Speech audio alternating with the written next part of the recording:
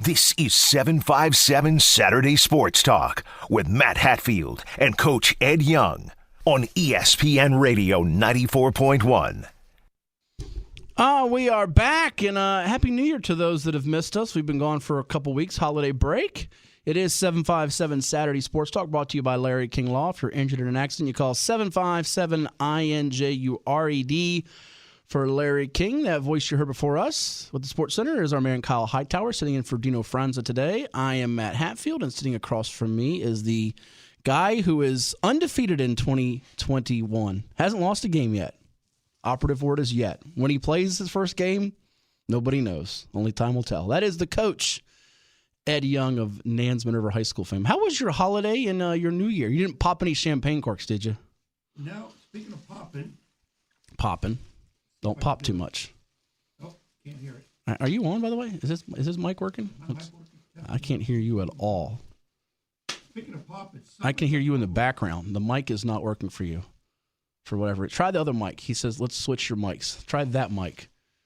Momentarily, folks. We've had some maintenance issues, by the way. That was why we were gone for one of the weeks. We had a couple holiday weeks. How about now? Oh, now you're working. You sound clear. So just sub that mic for that mic. Just don't break anything while you do it. Now you sound good. You sound better than I do, which you'll argue you do all the time. So I do all the time. Hey, Christmas was good. New Year's was good. The break was absolutely needed.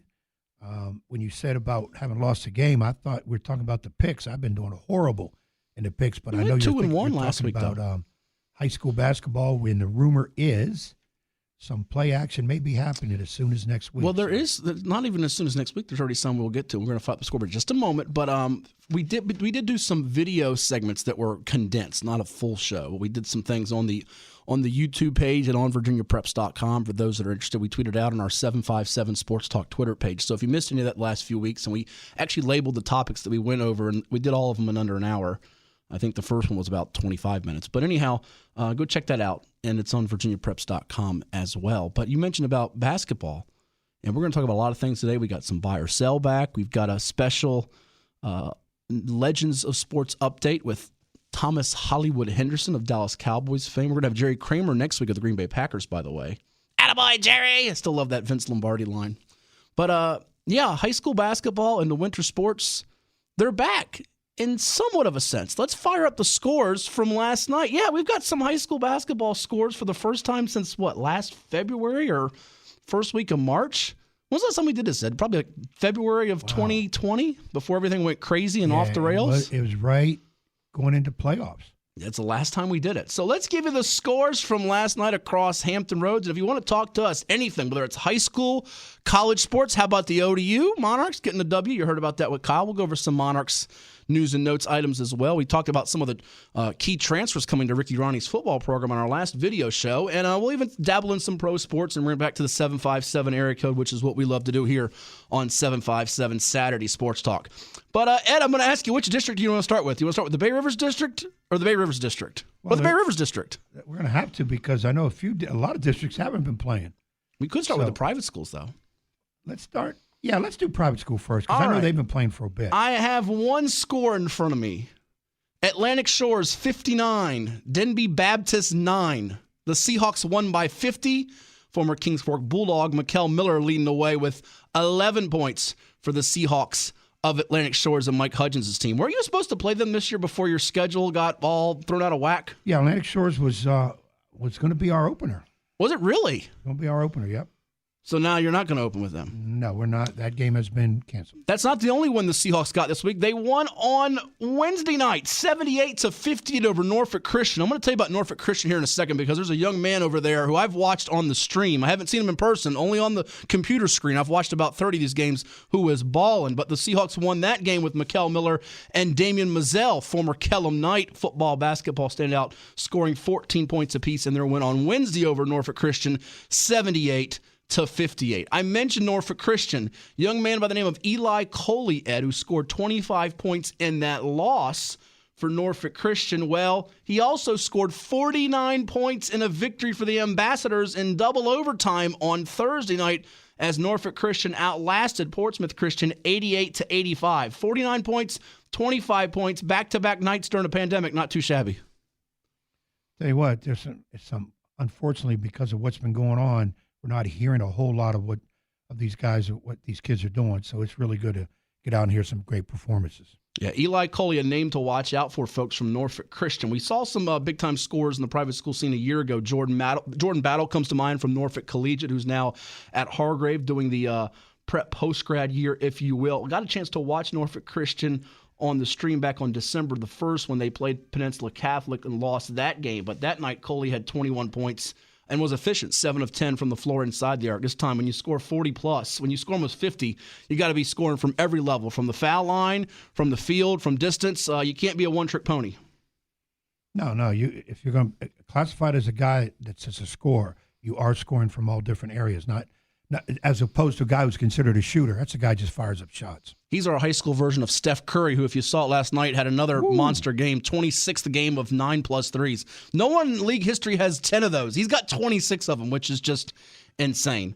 All right, let's move on here. Some other scores. We mentioned the one private school game from last night. Let's go now to the Bay Rivers District. Do you want to go with the girls first or the guys? Ladies first. Ladies first, the coach says, and Amelia Hay as well as Shannon Myatt, both in double figures, combining for 22 points as the Tab Lady Tigers beat Bruton by a count of 51-15. Some lopsided results there in the Bay Rivers District. There's one game tonight. It's the New Kent girls at Grafton's girls at 7 o'clock.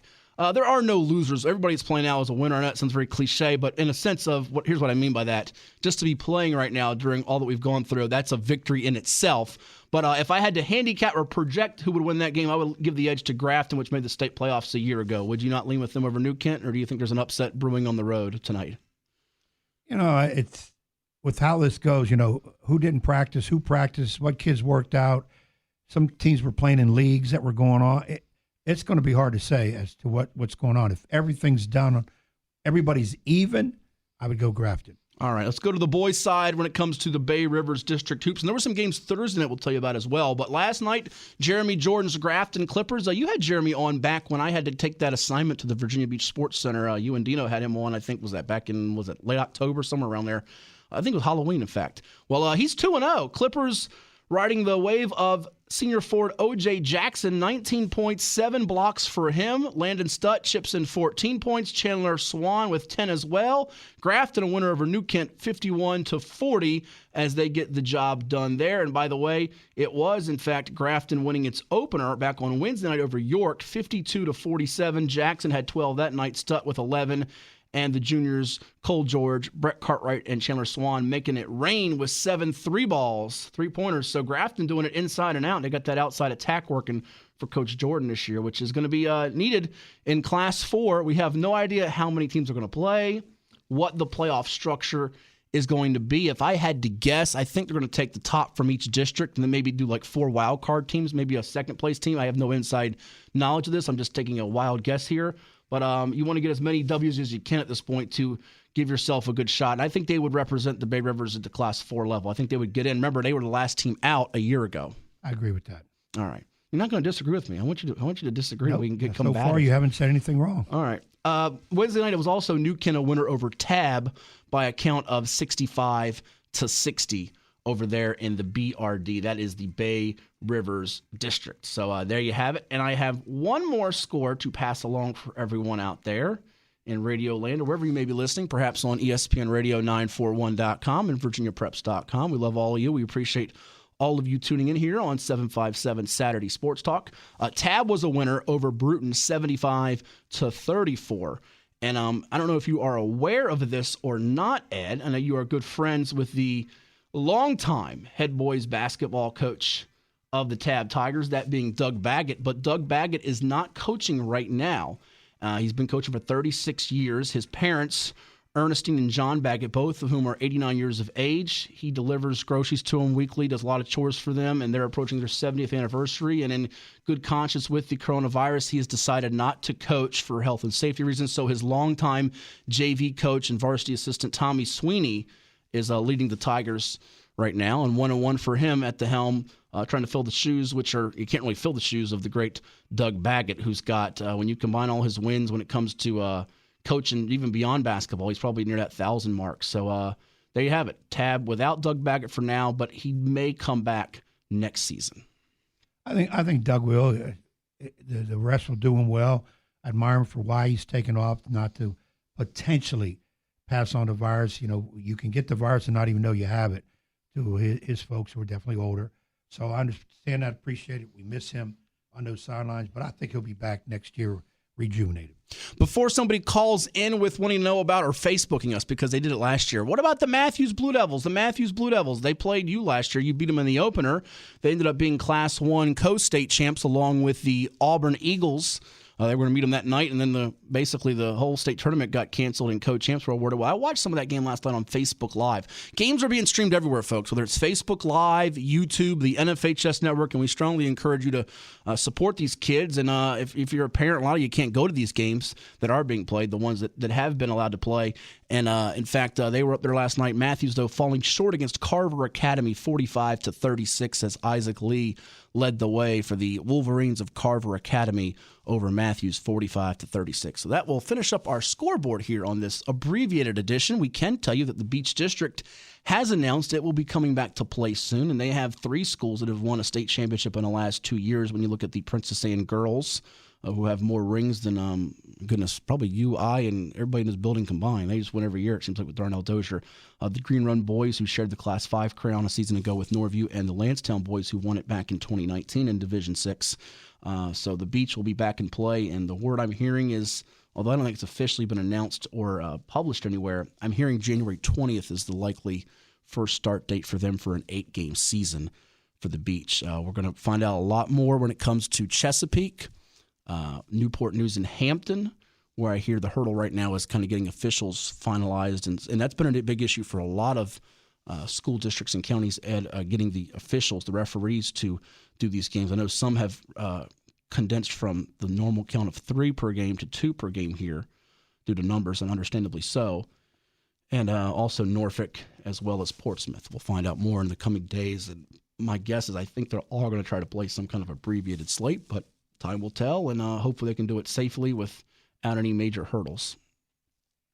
Yeah, it's a lot going on. I think you alluded to it, that you kind of explained how and what's going to happen in terms of scheduling. I just wish we could have got it in earlier. I even more wish that VHSL would have pushed things back so we can get at least half a schedule in, not 5, 4, 5, 6 games, which to me, yes, absolutely better than nothing, absolutely, but still kind of ridiculous on what the potential plan is going to be. But then again, I've come to the point where, hey, I just accept it. And like I said, it is a chance, at least for the seniors, to do something. Well, given sort of before we go to the phones here at 757-687-9494, you're allowed to call in at 757-687-9494 anytime during the program, and also hit us up on the Twitter feed at 757 Sports Talk.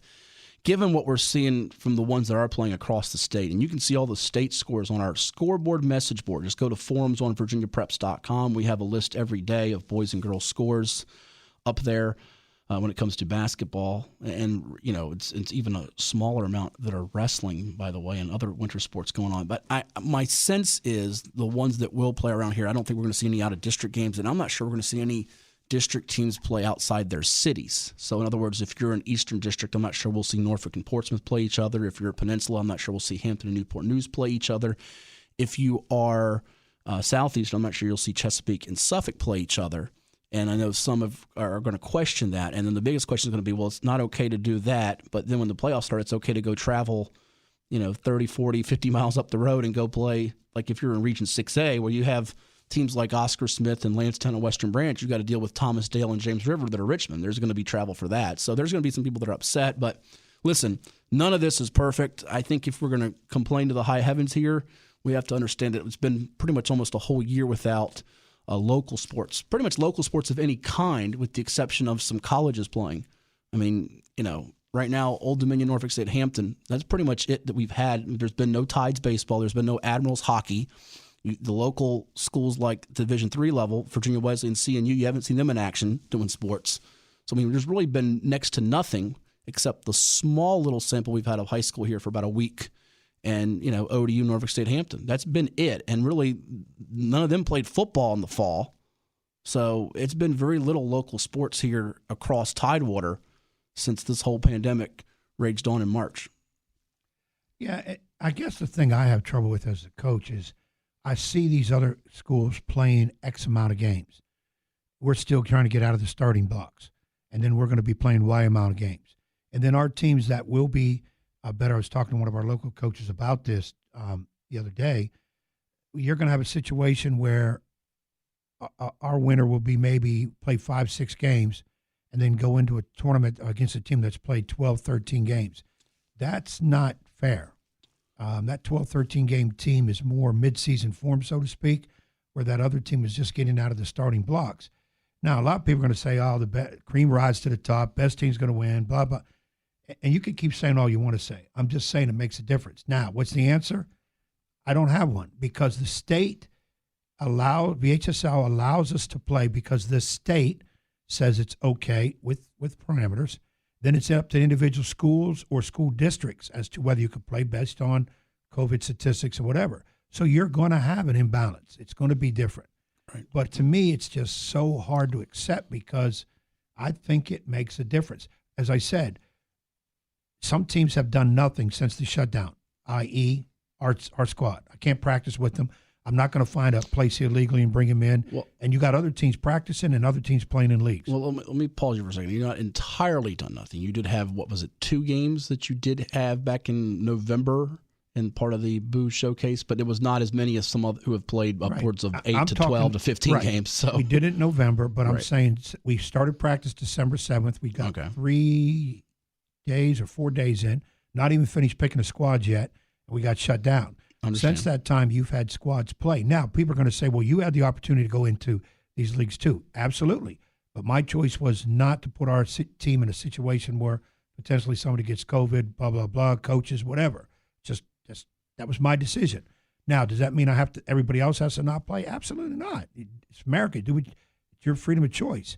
But I'm just saying it's not now when we come back and play, it's a little different ballgame. I want to get back to you with something that took place with Frederick County, which is on the tip of Northern Virginia, Washington, D.C., when it comes to some schools like James Wood and Sharando and Millbrook here in a moment. But let's go to the phones because I have a thought with that. He's been waiting patiently at 757-687-9494, and we're talking about our pal Keith from Spring Grove. Happy New Year, Keith. What did Santa bring you for Christmas? I got a PlayStation 4. 4. Wait, isn't it 5? Is it 5, Kyle? Is 5 the new one or 4 the new one? 5's the new one. So you didn't get a 5. You got a 4. Oh, you got a 5. Okay. 5. I was going to say, if he gave you the 4, then Santa decided to go cheap on you. But I got a PlayStation 4. I got a PlayStation 3 back there. PlayStation 4 back there. I got 2 PlayStations a couple years ago, and I got a PlayStation 5 this year. You're covered with all the PlayStations. We know that you're playing the teams that have local players, and you're rooting for them. So we appreciate you doing that. And I played with the Dallas Mavericks on Doran Finney-Smith. I knew you would.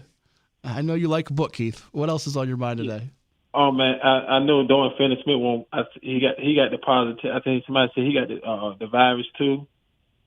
The Mavericks players got the virus. Does he really? I have not heard that he has the virus. I know he played the other night. It was on screen that night. No, Steph Curry. Somebody. Apparently he was out. So apparently he's in COVID quarantine, which I don't know what that technically means yet, but right. So him as well as it looks like Jalen Brunson and Josh Richardson. Oh goodness, that's news to me. Look at you dropping a little info there. He played pretty well his last game. In fact, the other night he scored 14 points and 8-9 rebounds against Denver. He played pretty well last time out. I watched that game. He got it with that dunk the other night. Yeah. I was out on my chair when he went for that dunk the other night. Listen, we got some local guys like him, Keith, Mike Scott, as we know. We've had him on the program. Deep Creek High School former standout. Even an ODU guy, Kent Bazemore. How about him playing some rock solid defense last night as Golden State had that rally against the Clippers?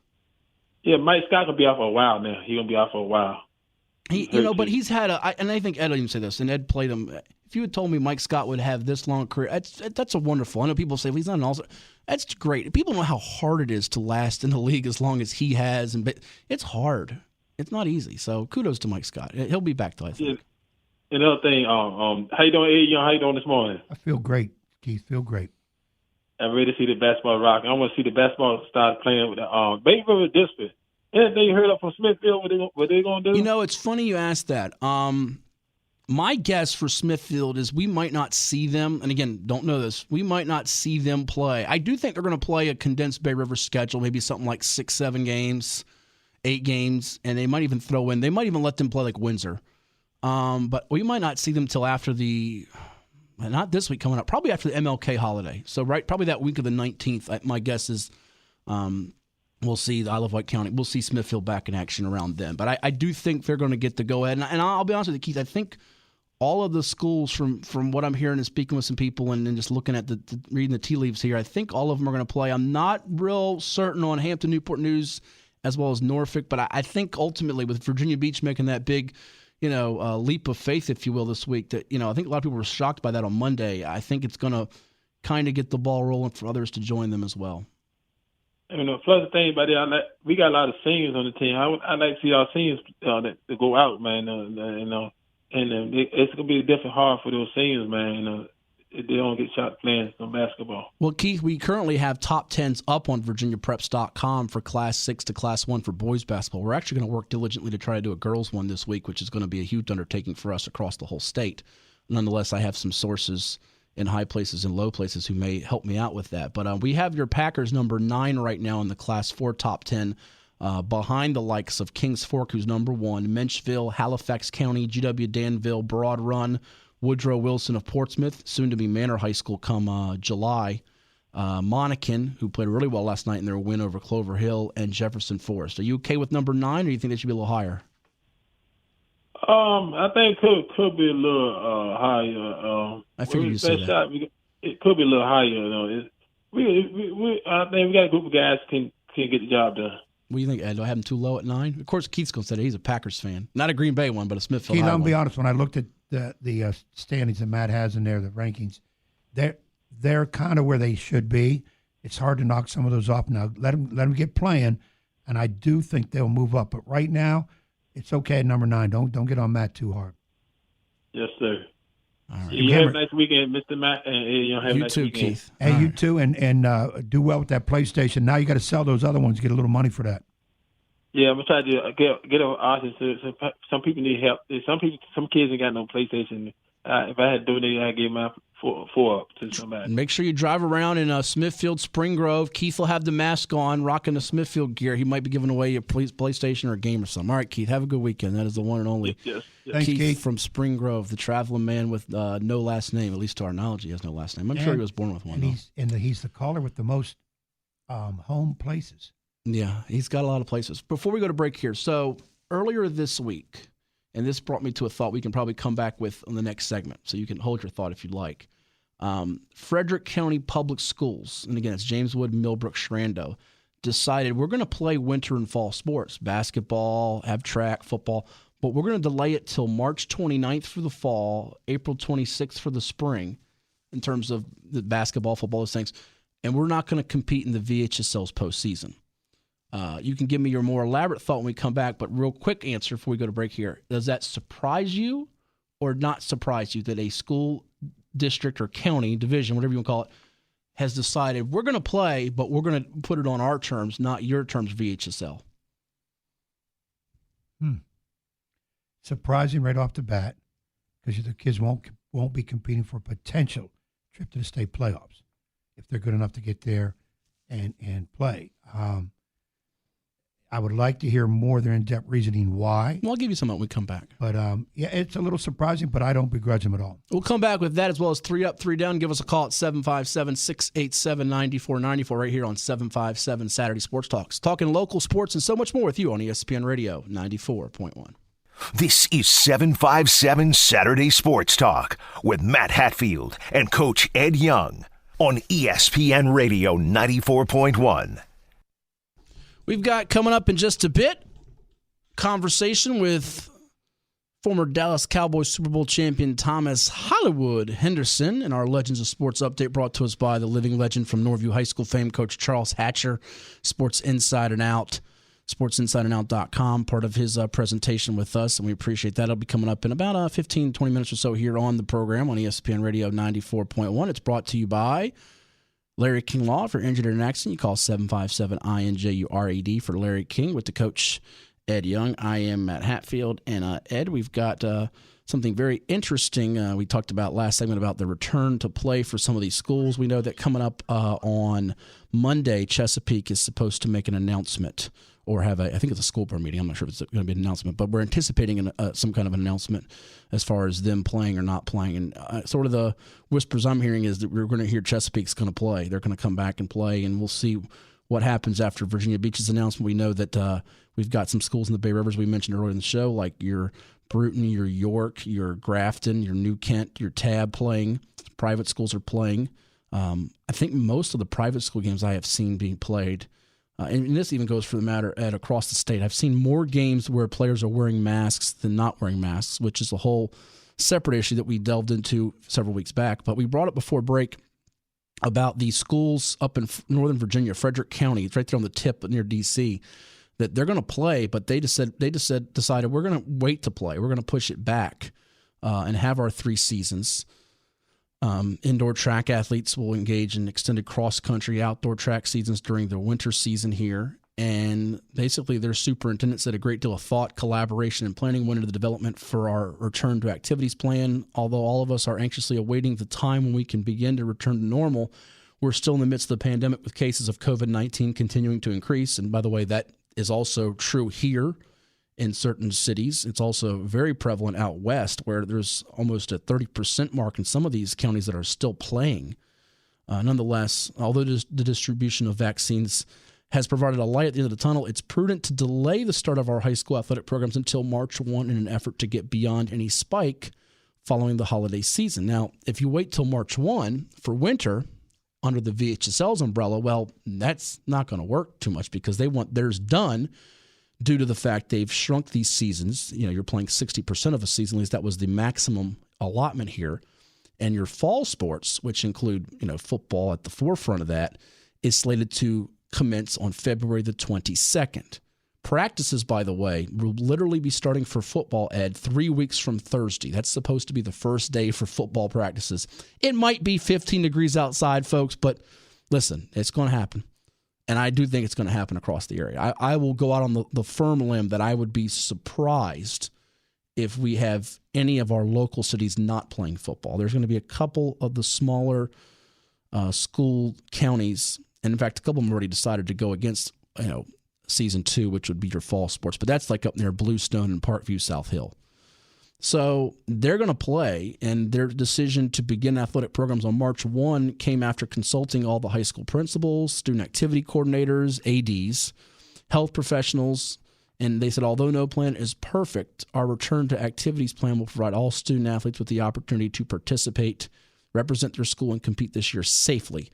If you're the Virginia High School League, and we've had Tom Doan on the show, and you're that crew up there, would this worry you now that people are, at least in this county, deciding to separate themselves under the umbrella and say, listen, we'll just have our own season, and they can almost formulate their own postseason if they want, like a district tournament? Would that worry you, A?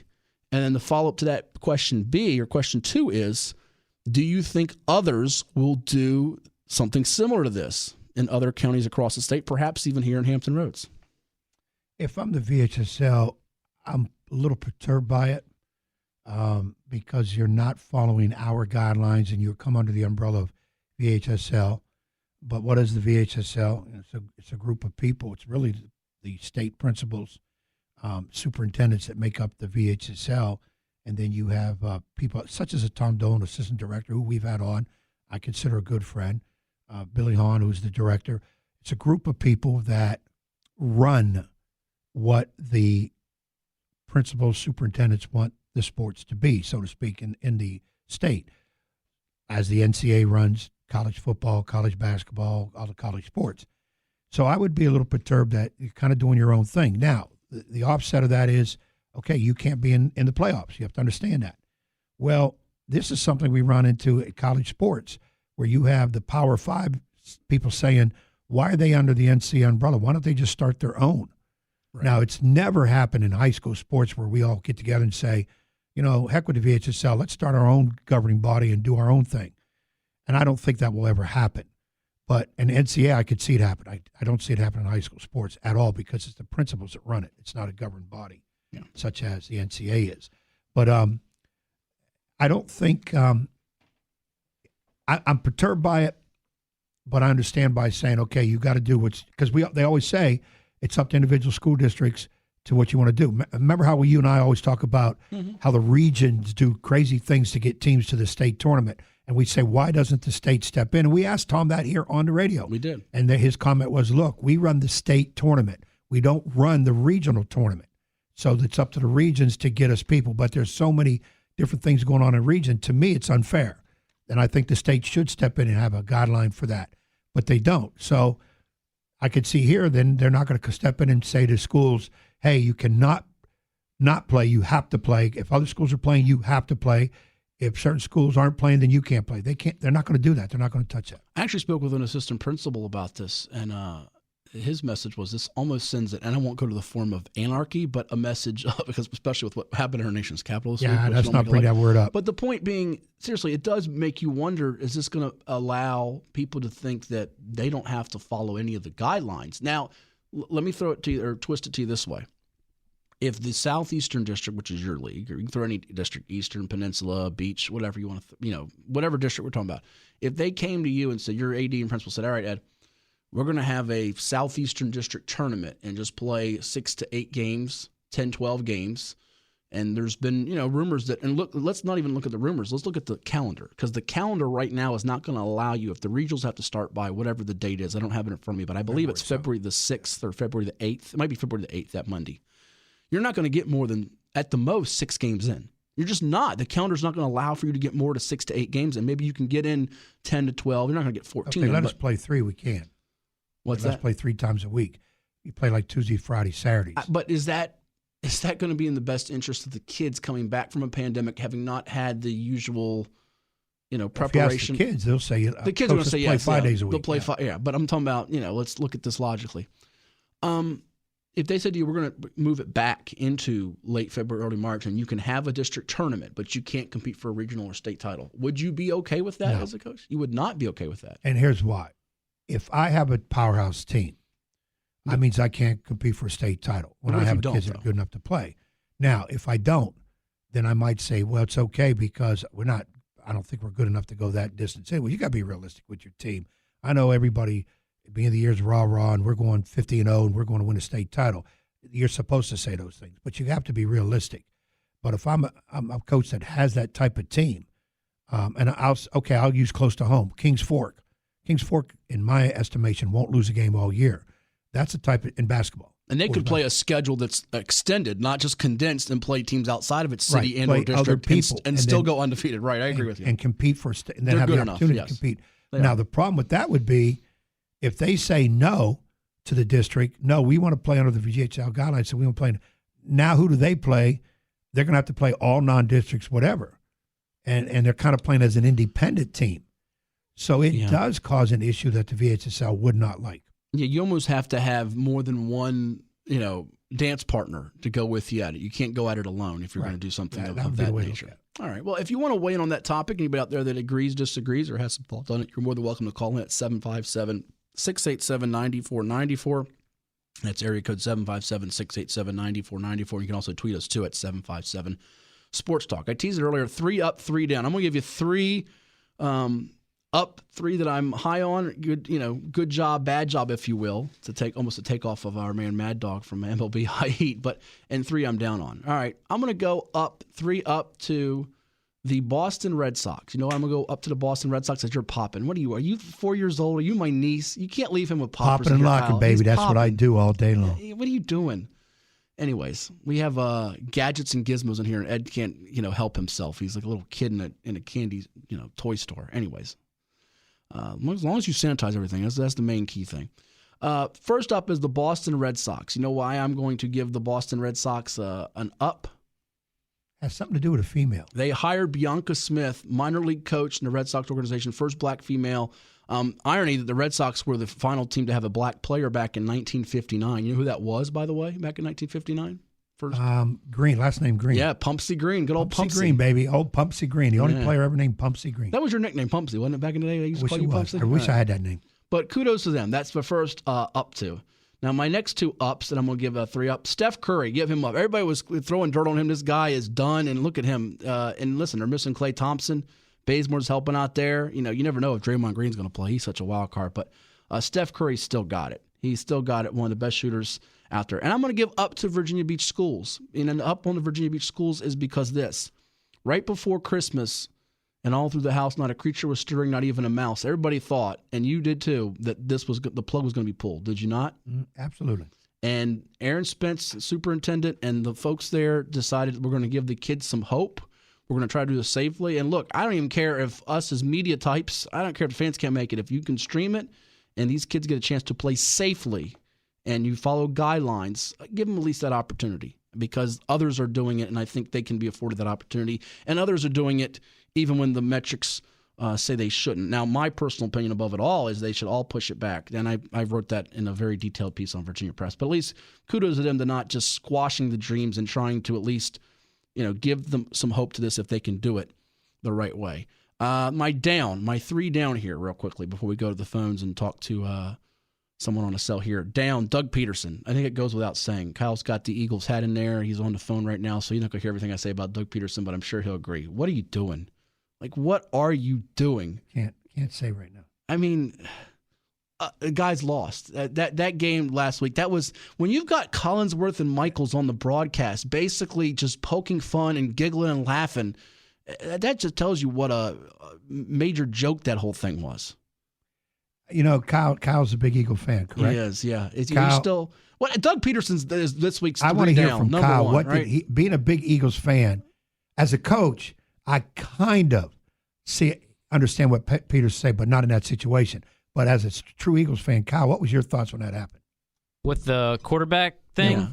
Yeah. Are you mad at Doug Peterson? No, I'm not mad. Really? Okay. I mean, they were going to lose. They had nothing to play for. They had already mentioned beforehand that they were going to play Sudfeld at some point. Jalen Hurts and Brandon Graham both said that, yeah, we knew he was going to be coming in at some point. Well, then start him, though, right? I mean, I think, in all honesty, they should have just started him because, there's no reason to win that game in the first place. Right. It gives it a worse look as to how he did it. But, in the end, people aren't going to be complaining next year if they have Jamar Chase or Devontae Smith on that team. Well, people do have short-term memories, and that is a good point. But I think the biggest troll job would be hilarious if they trade back from 6 to 9. They move back, and yeah, that would be. There you go. And you know what? They might just do it to get an extra pick and say, hey, and if their guy's still on the board, which could be Jamar Chase, by the way, as magnificent as is the Heisman Trophy winner, Devontae Smith. Before we get to Malcolm on a cell here in Virginia Beach, hang on, 2 more down for you. Cleveland Indians. I'm sorry, Rod Johnson, but what are you guys doing? No, and listen, they're a well-run franchise in terms of Antonetti and Sternoff there in the front office. They've built up credit there. Tito Francona, the skipper, is regarded as one of the best. He's had some health issues, but he won it all with Boston, got him close within a game there of winning the World Series back in 2016 to Dino's Cubs, and they've won 90-plus every year from 2016 to 19. They've had, I think, 8 straight winning seasons. But you deal Lindor, Carrasco, Brantley, Bauer. They don't keep their stars, yet you hear more about how frugal someone like Tampa Bay is. The Rays sell off and they develop with their farm system, homegrown talents, and the under the radar to shrewd off-season moves, if you will. But Cleveland, they got the $34 million off the payroll, but man, oh man, they're basically signaling, waving the flag, we're not going to be contending for any AL pennant this year. So they're another down. And my last down, Texas, the Longhorns, which I'm sure we'll talk about a little bit later on in the program. Tom Herman, I'm not saying he's great, but if you're going to get rid of Tom Herman and go get Sarkisian and you're not getting Urban Meyer, I don't know what you're doing to pay that amount of money during a pandemic. And the guy won his bowl game. You basically bring in the recruiting class, get the players signed, sealed away, then you go, boom, pow, you're out. Right in the kisser. Fired. Right in the kisser. And that's a down. So there you go. 3 up. Again, Steph Curry, Boston Red Sox for hire and Bianca, and Virginia Beach, and you're down Doug Peterson, the Indians, and Texas. Let's go to the phones and talk to Malcolm in Virginia Beach. You're on ESPN Radio. Malcolm, how you doing? All right, how are you? Doing well. All right. What's on your mind? I just wanted to weigh in on the situation, with Virginia Beach saying that they, they elected to modify the schedule and go ahead with winter sport. I think, listening to you guys, I think I'm hearing you when you say talking about state championship, but I think we have to look at the situation with the students that's involved. They trying to get a chance to compete so they can, get that exposure that they need to somebody to say, hey, this guy, we're recruiting this guy, recruiting that guy. But I think it's more about the kids trying to compete for the likes of a scholarship to move on from this high school sports. And more so than us talking about who's playing for a state championship. Kids just want a chance to compete, and because of all the adjustments we have to make with the pandemic, I think getting them any type of exposure is good. Well, and thank you for the call, Malcolm. And to that point, I would also concur that that's another reason why I would say, look, even if you win state championships, we saw it last year with the co-champs. Everybody saying, well, you're not the real champ, you're the co-champ, which is just, to me, laughable and completely disrespectful. It's not the kids' fault we're in a pandemic. They didn't choose to be co-champs. This is what the situation brought us. And it's better to be co-champs than not have a situation you get to the final with people that had that in other states. I don't know that the kids care as much about the state championship situation now, Ed, because so many have opted out. You look across the state at this point, to Malcolm's point, and you have, I think, more of these parents and kids are worried about, can their kid go Division I? And listen, I'm also going to crush some dreams here. If you're not getting Division I looks or attention now, you're a senior. You're a senior. I underline senior. You're probably not going to go Division I. So you need to have that bubble. I hate to burst it for you, but that's the reality of the situation. But you've got 22 school divisions that have elected not to play, 39 high schools elected not to play, 45 divisions and 117 schools are suspended right now. Point of matter is, Ed, at this point, you tell the kids they get 8-12 games, and I heard what you said earlier. You tell them they can compete for an Eastern District Tournament Championship or a Beach District Tournament Championship or an SED Tournament Championship. I think they'd be okay with that. You give them those games and a chance to compete for even a district thing, because right now, the state championship, I hate to use this word, but it's hollow to me this year. And I don't know if it's anybody's fault per se. VHSL, it's the situation, the hand that's been dealt here. One thing you won't come out of my mouth is, put an asterisk by it. They're not the real champs. So-and-so's didn't compete. No, it's under the circumstances. Whoever gets a state championship, you're a state champion. Period. I don't care who it is. It's just, I don't care if two teams only were competing. They both were 2-20 and they're in the tournament or whatever. You want a state title, you want a state title. To Malcolm's comment, yes, it's, and if I read him right, it's more important to play so kids get looks to move on to the next level than it is to compete for a chance to move on to the state tournament. But you got to understand, if you're talking Division I looks, maybe out of 10 teams, put 10 teams together, you might have 2 kids getting strong Division I looks. So the percentage is a lot less who are going to go on for full scholarships at the next level, because only Division I is going to give a full scholarship. 2s and 3s don't. But everybody has a chance, if your team is good, to move on into the state tournament. So I think in that vein, you're playing so everybody gets a chance to, which should be a big dream, move to state tournament. And I understand times have changed. If you ask kids what's more important, winning a state title or getting a Division I scholarship, I dare say every kid will say Division I scholarship. Now, yes. Yeah, back in the day, that wasn't true. No. It just wasn't. But now it's absolutely, because it's the era of individualism. Look what I can do. And that's hard. Now, there is a lot of those kids, when I said bring those 2 teams together, there's a lot of those kids that can play at some level, Division II, Division III, NAIA, JUCO. Yeah, now the numbers go way up, but they're not going to get a full scholarship. But today's type of parent, type of kid is, hey, my kid's got to compete for a Division I scholarship. And the bottom line is 99 9/10% of these kids aren't that good. But a lot of them can play Division II, III, NAI, which is good, but to them it's like a failure, and that's crazy. We'll take a timeout. More to do here on 757 Saturday Sports Talk. 757-687-9494 is the number right here on your home for sports, whether it's pro, college, local, and high school. We have you covered on ESPN Radio 94.1. This is 757 Saturday Sports Talk with Matt Hatfield and Coach Ed Young on ESPN Radio 94.1. Back here on 757 Saturday Sports Talk, powered by Larry King Law, with the Coach Ed Young. I'm Matt Hatfield, Kyle Hightower, other side of the glass. We're going to move Hollywood Henderson to the next segment, former Dallas Cowboys Super Bowl champion. But as you may or may not know, the national championship game is coming up on Monday night, which you can hear on ESPN Radio 94.1, 8 o'clock kickoff time, right around then, with the Buckeyes of Ohio State University, the Ohio State University. And I'll give you props, Ed. You got your butt kicked in the pro picks, but you did call for Ohio State to win outright 34-30 on our video show. I had Clemson 42-31. We both had Notre Dame covering, which they got the backdoor cover. I took Bama 35-20. You took them 30-24 over your Irish. And a good year for Jeremiah Owusu-Koramoah out of Bethel High School. We're going to probably get him on as we get closer to the NFL draft.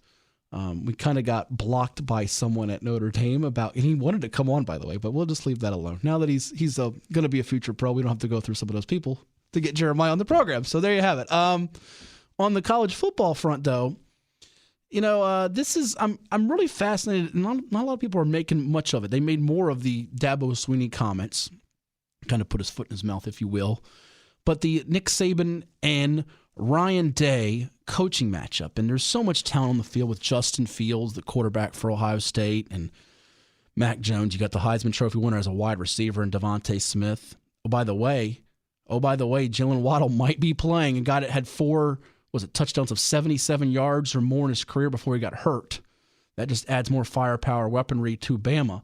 But the thing that's going under the radar, I think, is and these are 2 high-powered explosive offenses, is Bama's shown a little bit of progress defensively the last several weeks. In fact, 7 of their last 8 games they've played, they've given up less than 17 points in many of those games against SEC opponents. So during the media question and answer session on Thursday, the question was thrown to Nick Saban. What's been working for your defense in this stretch? Well, I think we're pretty young, especially in the secondary. We had 4 out of 5 new starters. We had some young guys playing up front. We have 3 freshmen that play a significant role. So I think early on we made a lot of mental errors. The knowledge and experience that we had was probably not what we needed to be able to make the adaptations and adjustments, in game and also in preparation. So I think, that has improved as the season has progressed. And I think with that, the confidence of the players, has improved. I think the confidence that the group has in each other, the understanding of how they need to play to have a chance to be successful and how everybody has to do their job if you're going to be successful has all contributed to some improvement throughout the season. So there's Nick Saban, the head coach of the Alabama Crimson Tide, looking for yet another national championship.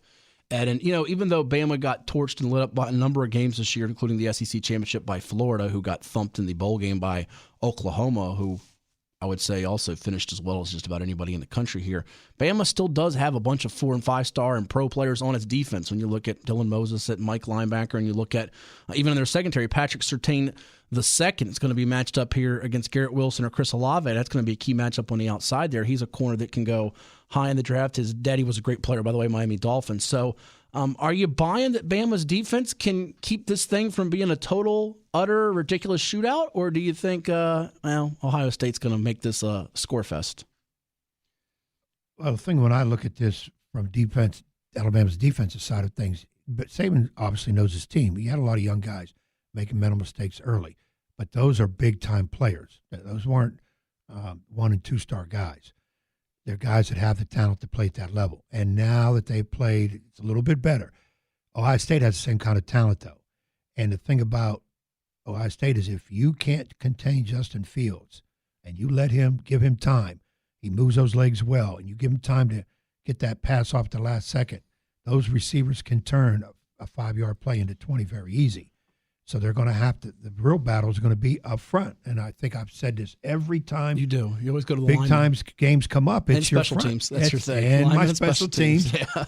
And I just think that's what you got to look at in big games because really they're very even. So where do you find the situation? And I still think it's the hardest place to play is the line. Offensive line tougher than defensive line. I'll give you this. Ohio State's offensive line was better than I thought in the job they did against Clemson's defensive front, which is not the Clemson defensive line of a couple years back when they had, Clelin Ferrell and they had, 3 first-round picks. And, oh, by the way, one of those former defensive line studs who's a graduate of Clemson now, he's going to be a grad transfer, Jordan Williams of Cox High School in Virginia Beach, has announced this week that he is going to be moving on to go somewhere else at the college level. Maybe he comes closer to home to play at ODU. You never know. He could go somewhere.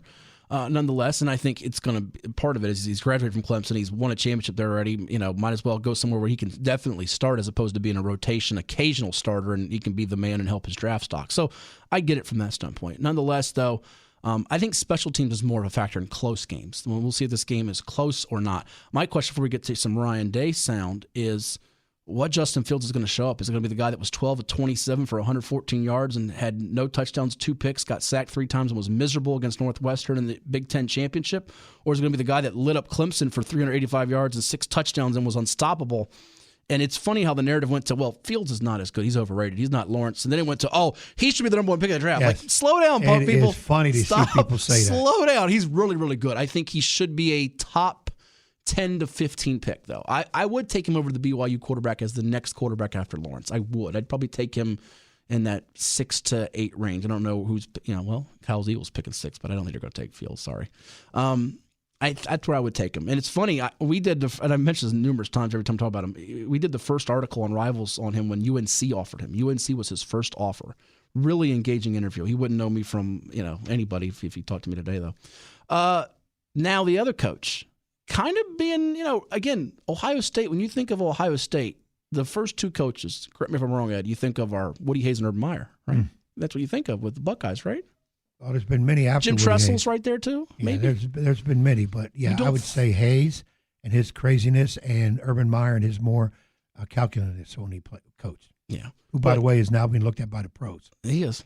You don't think of Ryan Day, and he's in the national championship game in just his second year as a coach. What would a win mean, especially over the legend Nick Saban led Alabama? Here's what Ryan Day said to that question posed to him this week. I'm probably not going to get into that right now just because, we're in the moment and all that really matters is preparing for this game. I think when you start to take a step back, you get distracted. And every minute of the day, I tell the players, should be spent on Alabama. That's it. If you're spending your time thinking about anything else, tickets, travel, family, this, that, what's going on after, what went on last week, it's a distraction towards focusing on this game. Because this is what matters. Certainly very, very honored to be in this situation. Don't get me wrong. And it's really about the players, the fact that these guys have an opportunity now to go play in this game and do something that would just be amazing. So that's really it, just focusing on the game. And I think, hopefully after this game, we're able to take a deep breath. I hope, anyways. I feel like during these past, 2 years and even a little bit more, I just haven't been able to take a deep breath. I felt maybe after last year, into March, I was able to, and then the quarantine hit, and then it just became chaos again. So looking forward to finishing this thing the right way and then taking a deep breath and decompressing and trying to reflect on what just happened this year.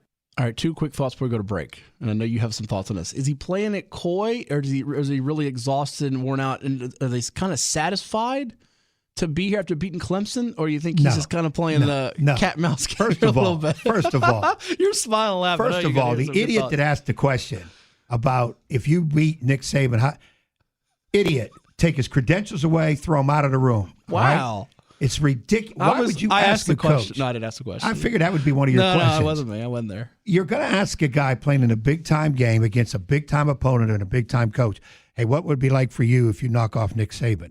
See, I would have done back in the Bobby Knight days. I would have looked at him and said, next question. Because if I open my mouth, I'm going to say the wrong thing. That happens a lot of times anyway. No coach is going to sit there and say, well, you know what? I've been thinking about it. If I could beat Nick Saban, I could be considered the greatest of all time and everything comes. How stupid of a question can that be? Yeah, you're going to – Ryan Day handled it great. He talking about his team. He even said about his team, look, we got to be focused on Alabama. Anything else is a distraction. Even he mentioned about family and of course, we're in a pandemic, and you got to worry about family, whatever. But I understand what he's saying. We just want to take care, hopefully play our best against a very, very good opponent. I hope I can do make some right decisions as a coach because I'm going against a guy who makes a living making great decisions with his players. So, yeah, that's what I want to be focused in. I can't believe somebody would be dumb enough to ask that kind of a question. And I'll shut up before I say the wrong thing that gets my mic shut down. Well, do you think he should be getting some NFL looks like Mr. Meyer? No. Ooh. What if he wins this game? Let me say 42-16. Let me say King of the universe, best coach in America. Let me say this about these coaches and should they be getting NFL looks. Nick Saban, a lot of people say Nick Saban should be and he's so good he should be in the NFL. Didn't work out well in Miami. He didn't do well. Dante Culpepper. And why do coaches have to move certain ways? If you're making a great living, you're happy where you are, your team's consistent, you're winning, you're making an impact in the community, why would you go? Think about the jobs that are open in the NFL. Most of those jobs, they got to get a whole lot of different new players. They're jobs that are horrible. Okay, Kansas City job ain't open. Okay, New Orleans ain't open. It's teams that are going to struggle. So coaches go in there, they don't do well, all of a sudden they're gone. Same like when coaches leave certain programs and go to a program that's won 2 games in 3 years, and then they do horrible and they get fired, and people say, well, that guy can't coach. Not every job is conducive for a coach to do well in. It just isn't. You could still be an extremely very good coach and have a 500 or losing record. You can be an idiot as a coach and have a winning record. I've seen it. I can name names. But, Don't do that, please. But I'm just saying, I'm tired of seeing these kind of things. Maybe it's because it's my profession, where coaches should or have to be doing something. Going back to what you said about Texas administration. Boy, I want to say some things that the FCC won't let me say. He's a winner. He's taking care of his players.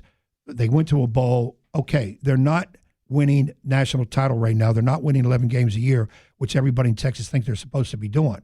But who's going to take that job and all of a sudden start doing that? It's not going to happen unless you cheat, unless you could pay the players a little bit more, like certain programs are, and leave it at that. But you strike a nerve. I had to kind of unleash a little bit. Like an old wise man said, very big man too. Lie if you can, steal if you must, but always cheat.